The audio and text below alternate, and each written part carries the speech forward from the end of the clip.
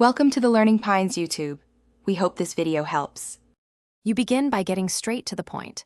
Open the Guildhall chat and pick the emote channel you'll use. Once done, confirm that the laughing emoji is in your collection and place it in your emote wheel so it's ready. Next, bind it to a quick access key or slot, one for rapid activation during events. This saves time when you need to react.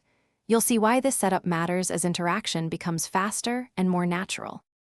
Now focus on how and why you press that key. Timing is crucial.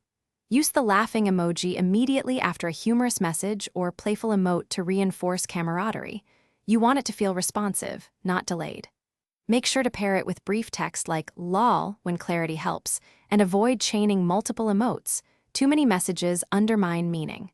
By pacing your reactions with natural pauses, you'll increase positive feedback and keep the hall's vibe upbeat and readable. Finish by rehearsing your flow.